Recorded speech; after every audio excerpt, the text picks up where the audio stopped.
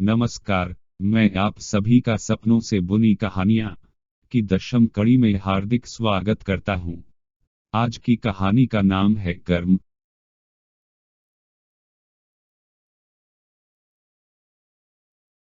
यह लेखक की काल्पनिक मौलिक रचना है। इस कहानी में सभी नाम, पात्र, व्यवसाय, स्थान और घटनाएं या तो लेखक की कल्पना की उपज हैं या काल्पनिक तरीके से उपयोग की गई हैं। वास्तविक व्यक्तियों, जीवित या मृत, या वास्तविक घटनाओं से कोई समानता विशुद्ध रूप से केवल एक संयोग होगा। दशम कहानी कर्म शुक्ल पक्ष की दशमी की रात्रि को ब्रह्मानंद अपनी शयनशैया पर लेटता है और प्राचीन भारत के विश्वविद्यालयों का ध्यान करते हुए मंत्र जपने लगता है। थोड़ी देर में उसे निंद्रा आ जाती है और वह स्वप्न देखता है कि दोपहर का समय है। सूर्य को अधिक क्षणों के लिए बार बार बादल अपने पीछे छुपा ले रहे हैं, जिस कारण से धूप कम लग रही है। हल्की हल्की हवा चल रही है जिसमें गर्मी नहीं है। हरे रंग से पुता एक मकान एक भूखंड के बीच में बना है। भूखंड के पूर्व में भूखंड से लगी हुई सड़क है। शेष दिशाओं में घरा गर्दा खुदा है। भूखंड की तुलना में मकान छोटा सा लग रहा है। वहां सभी भूखंड और मकान इसी प्रकार के हैं। मकान के अकेलेपन को दूर करने के लिए उसके चारों ओर रिक्त भूमि पर हरी हरी छोटी छोटी घास उगी हुई है। उस घास पर हंसते हुए एक छोटा लड़का और उससे छोटी एक लड़की खेलते हुए एक दूसरे के पीछे भाग रहे हैं। लड़का भूरे हरे रंग की हाफ पैंट शर्ट और लड़की हरे रंग की फ्रॉक में बहुत सुंदर और सरल लग रहे हैं। भूखंड के पीछे की ओर बने गड्ढे में 14-15 साल का एक लड़का क्रोधित अवस्था में छिपकर इन दोनों को चुपचाप देख रहा है। इस लड़के ने लाल रंग की पुरानी सी दिख रही धोती पहन रखी है। हाथ में पीतल का पुराना सा लग रहा कमंडल है। दोनों भुजाओं में रुद्राक्ष की माला 2 बार लपेट कर पहन रखी है। सिर पर जटा बांध रखी है। गड्ढे में छुपे होने के कारण वस्त्रों और शरीर पर यहाँ वहाँ माटी लग गई है। ब्रह्मानंद की जब आंख खुलती है तो सुबह के 4 बज रहे होते हैं। उसने जैसा सोचा था स्वप्न में वैसा कुछ नहीं हुआ, पर वह निराश नहीं हुआ और दिन में समय मिलने पर कहानी लिखना प्रारंभ करता है। कभी कहीं पर एक छोटा सा धनी परिवार रहता था। उस परिवार में एक छोटा लड़का भी था। उस परिवार में वैतनिक नाम का अति विश्वास पात्र युवक काम करता था। उस परिवार का मुखिया और उस छोटे लड़के का पिता वैतनिक पर अपने घर वालों से भी अधिक भरोसा करता था। उनकी अनुपस्थिति में वैतनिक ही सारा कार्य देखता था। एक दिन जब वे सब दूर यात्रा पर गए, तब वैतनिक ने सभी को मरवा दिया, परंतु उस लड़के की मां ने मरने से पहले उस लड़के को भगा दिया, जिस कारण वैतनिक उसे नहीं मार पाया। वैतनिक ने उस लड़के को बहुत ढूंढा पर वह उसे नहीं मिला। लड़का कहीं बहुत दूर वन में भाग गया। इसके बाद वैतनिक ने कुछ समय वहां उसी परिवार का कार्य संभालने के बाद सब कुछ बेच दिया और अपनी पत्नी, जिसको इस घटना के बारे में कुछ नहीं पता था, को उसके मायके से लेकर दूर नए नगर चला गया। वहां वे दोनों बहुत समय बाद एक दूसरे का साथ पाकर बहुत खुश थे। उनके यहाँ एक लड़के और एक लड़की का जन्म हुआ। लड़के का नाम उसने उरण और लड़की का जिजीविषा रखा। नए नगर में बहुत परिश्रम के बाद वैतनिक ने नया कार्य आरंभ करने में सफल हुआ। वहां के लोगों से शीघ्र ही वैतनिक को सम्मान प्राप्त होने लगा और उसका उठना बैठना बड़े लोगों के साथ होने लगा। वैतनिक को आय भी अच्छी होने लगी। वैतनिक अपनी पत्नी और बच्चों से बहुत प्रेम करता था और उनका बहुत ध्यान रखता था। वह एक अच्छा पिता और पति था। नगर में उसकी छवि एक अच्छे और सच्चे व्यक्ति की थी। वह बहुत सुखमय जीवन व्यतीत कर रहा था। वैतनिक ने नगर से दूर शांत स्थान पर एक बहुत बड़ा भूखंड क्रय करके भवन का निर्माण कराया। भवन निर्माण के बाद जब भूखंड का घेराव शेष रह गया तब वैतनिक वहां अपने परिवार के साथ कुछ समय व्यतीत करने जाने लगा। उधर वह लड़का भूखा प्यासा भागते हुए वन क्षेत्र में एक तांत्रिक को मिला। तांत्रिक बहुत बुरे स्वभाव का था, परंतु उसके पास तंत्र का बहुत अच्छा ज्ञान था। लड़का केवल 5 वर्ष का था। तांत्रिक ने अपनी शक्तियों से उस लड़के के विषय में सब कुछ जान लिया और उसे अपने पास रख लिया। तांत्रिक ने उसका नाम मुमूर्ष रख दिया। तांत्रिक ने उसे तंत्र साधना के विषय में बहुत कुछ बताया, परंतु वह नहीं चाहता था कि मुमूर्ष बदले के चक्रव्यूह में फांसे। इसलिए उसने मुमूर्ष को कभी कुछ ऐसा नहीं सिखाया जिससे वह अन्य लोगों का अनिष्ट कर सके। तांत्रिक ने मुमूर्ष को लगभग 5 वर्ष तक तंत्र से संबंधित ज्ञान दिया। फिर एक दिन तांत्रिक की अचानक से मृत्यु हो गई और मुमूर्ष जंगल में अकेले रहा, अनिष्ट करने के लिए तंत्र सिद्ध करने में लग गया और बहुत सी सिद्धियां की, पर गुरु के अभाव में उनकी पूर्ण शक्ति उस नहीं मिल पाई। अब वह तंत्र का प्रयोग करके लोग को मूर्ख बनाने और ठगने में करने लगा। जब उसने अपनी बुद्धि के अनुसार आवश्यकता की सभी शक्तियां और धन प्राप्त कर लिया, तब वैतनिक को ढूंढना आरंभ किया। एक दिन मुमूर्ष वैतनिक के नगर से दूर शांत स्थान पर बने भवन के चारों ओर घेराव के लिए खुद एक गड्ढे में जा छिपा। उसी समय वैतनिक अपने परिवार के साथ वहां समय बिताने आया। जब वैतनिक अपनी पत्नी के साथ भवन के आगे की ओर ढल रहा था, तब हुरण और जिजीविषा खेलते हुए भवन के पीछे उस स्थान के पास आ जाते हैं जहां गड्ढे में मुमूर्ष छिपा था। मुमूर्ष ने तुरंत कमंडल के अभिमंत्रित जल से उन दोनों को सम्मोहित कर दिया और हुरण के मुंह में सफेद सूती कपड़ा भरकर पास में पड़े लोहे के औजार से एक शक्तिशाली प्रहार किया। प्रहार से हुरण की खोपड़ी में छेद हो गया और खून निकलने लगा। जिजीविषा मूर्ति बनी सब कुछ देखती रही। मुमूर्ष ने हुरण का सम्मोहन खोला। सम्मोहन खोलते ही उसके मुख से बहुत तेज स्वर में चीख निकली। चीख सुनकर वैतनिक और उसकी पत्नी वहां दौड़कर पहुंचे। वैतनिक ने भूमि पर पड़े खून से लथपथ तड़पते हुए हुरण को रोते हुए गोद में उठा लिया और सफेद सूती कपड़े से उसके बहते खून को रोकने के प्रयत्न के अतिरिक्त कुछ न कर पाया। कुछ क्षण के बाद मृत्यु ने हुरण के शरीर को पीड़ा से मुक्त किया। जिजीविषा की सुध होने पर वैतनिक ने जिजीविषा को भी ढूंढा, पर उसे उसका अता पता नहीं चला। मुमूर्ष जिजीविषा को लेकर दूर वन में चला गया और उसे वन में एक पूरे दिन के लिए भूखा प्यासा अकेला छोड़ दिया। दिन पूरा होने पर उसने जिजीविषा का सम्मोहन खोला। सम्मोहन खोलने पर जिजीविषा को बस इतना ही स्मरण था कि वह अपने भाई के साथ खेल रही थी। मुमूर्ष ने उसे खाने को फल देते हुए बताया कि वन के हिंसक पशुओं ने उसके पिता मां भाई को मारकर खा लिया और वह उसे बचाकर वन के इस सुरक्षित स्थान पर ले आया। उसने उससे उसके घर के विषय में पूछा, पर उसे कुछ भी स्मरण नहीं हुआ। उसको ऐसा लगा मानो किसी ने उसकी स्मृतियों को नष्ट कर दिया हो। कुछ दिन वन में रहते हुए मुमूर्ष ने वैतनिक के पहने हुए कपड़े और बालों की व्यवस्था की और एक पुतला बनाकर क्रिया की, जिससे वह पुनः कभी पिता न बन पाए। इसके बाद वह जिजीविषा को लेकर दूसरे नगर चला गया। ठगी के पैसों से नया जीवन प्रारंभ किया। वह परिश्रम करके ठीक ठाक धन कमाने लगा। जब जिजीविषा विवाह योग्य हुई, तब मुमूर्ष ने जिजीविषा से विवाह कर लिया। वे दोनों एक दूसरे के साथ बहुत खुश रहते थे। इसी प्रकार 8 वर्ष व्यतीत हो गए।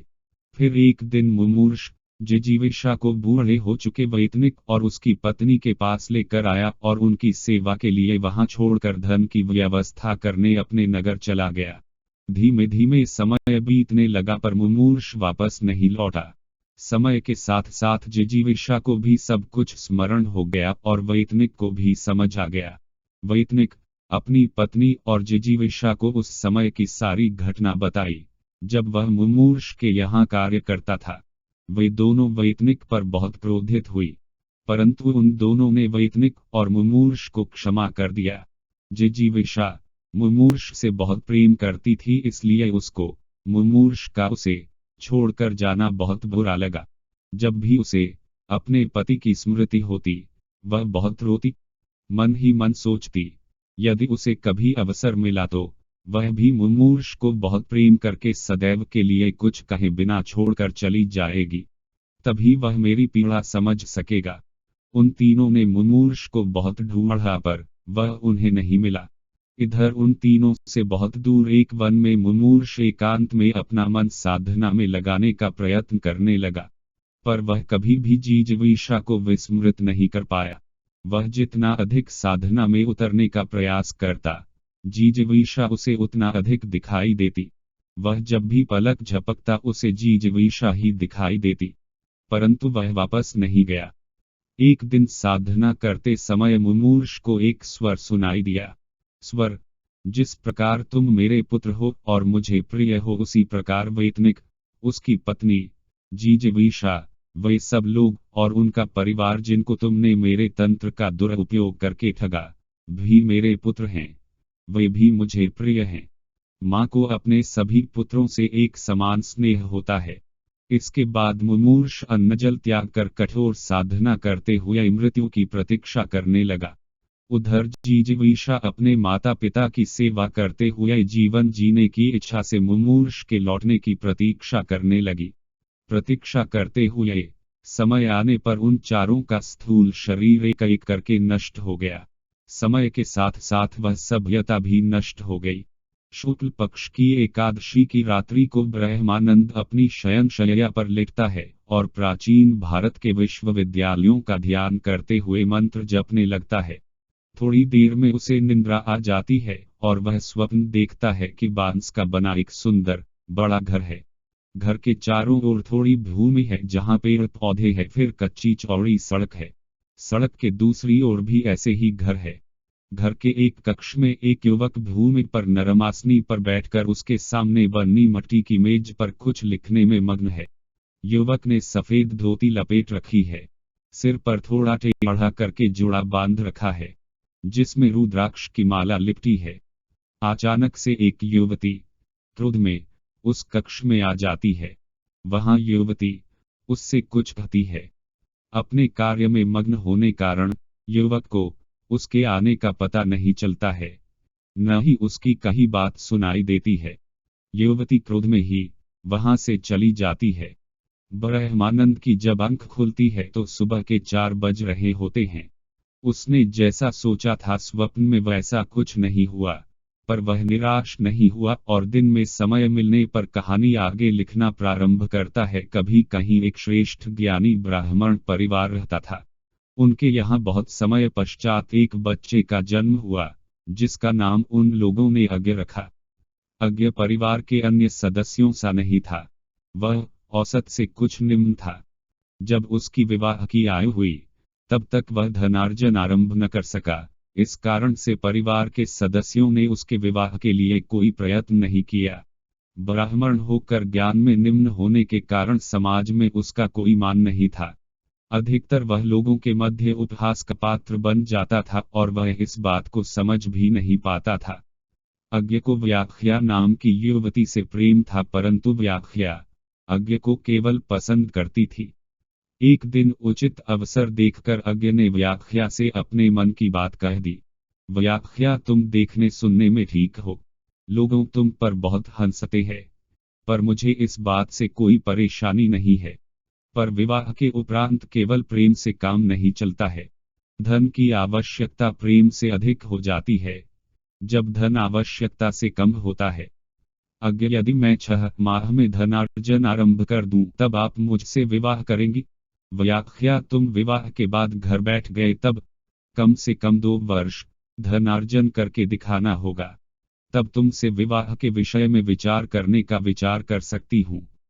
अज्ञ, जैसा आप कहें।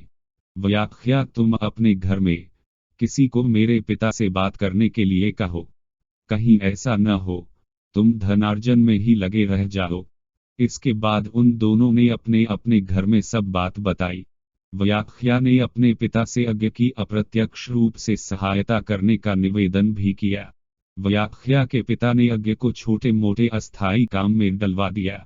धीमे धीमे उसका संपर्क काम के व्यक्तियों से हो गया और अज्ञ के काम से लोग प्रसन्न हो गए। व्याख्या भी अज्ञ से बीच बीच में मिलकर उसका दिशा निर्धारण करती। अज्ञ भी उसे सब कुछ बताता और उसके दिशा निर्देश का पूर्ण रूप से पालन करता। इसी तरह 2 वर्ष निकल गए, पर अज्ञ कोई स्थायी कार्य नहीं प्राप्त कर पाया और धन भी उसे कम ही मिलता था। परंतु व्याख्या ने अज्ञ से विवाह कर लिया। विवाह के कुछ दिनों बाद वहां के राजा ने अज्ञ की हस्तलिखित कुछ पंक्तियां देखी। राजा अज्ञ के ज्ञान की परीक्षा लेने के लिए उसे राज्यसभा में आने का आदेश सैनिक के द्वारा भेजा।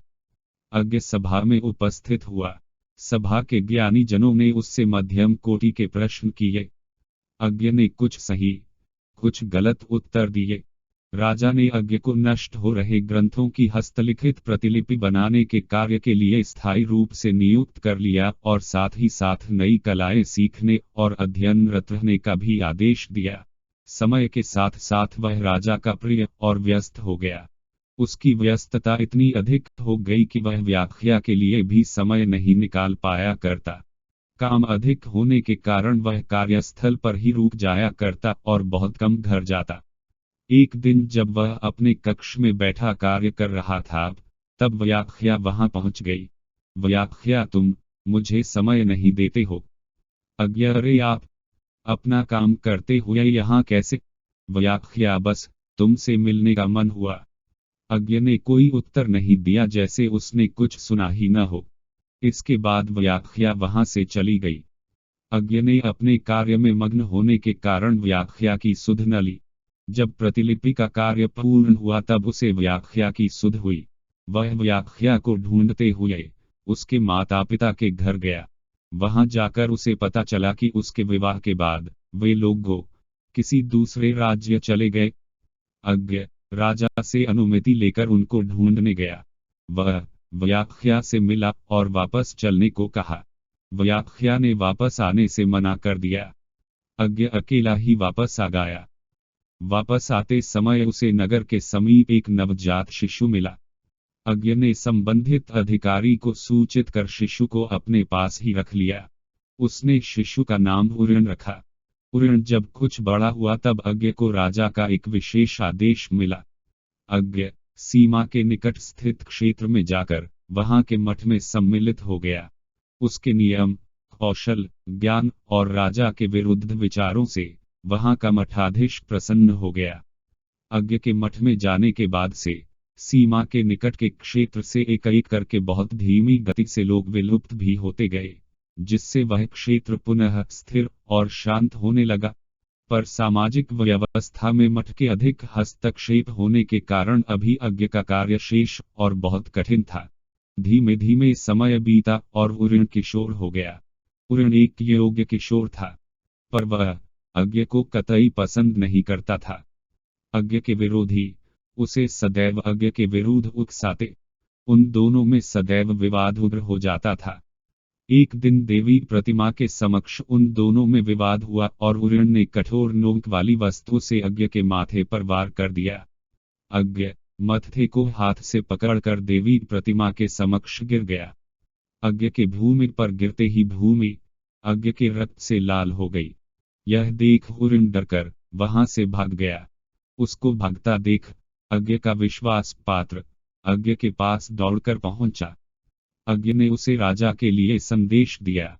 इधर उरण को सैनिकों ने पकड़कर कारागार में पटक दिया।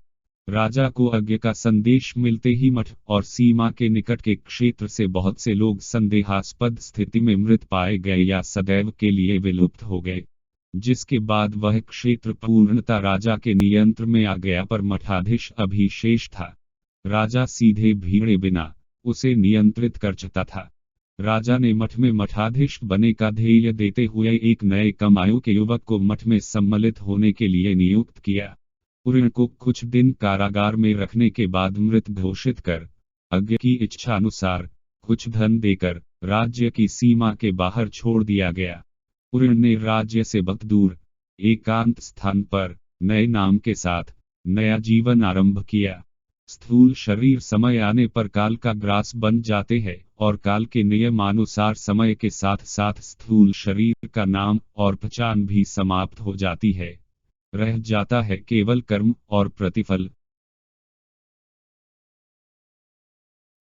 शुक्ल पक्ष की द्वादशी की रात्रि को ब्रह्मानंद अपनी शयनशैया पर लेटता है और प्राचीन भारत के विश्वविद्यालयों का ध्यान करते हुए मंत्र जपने लगता है।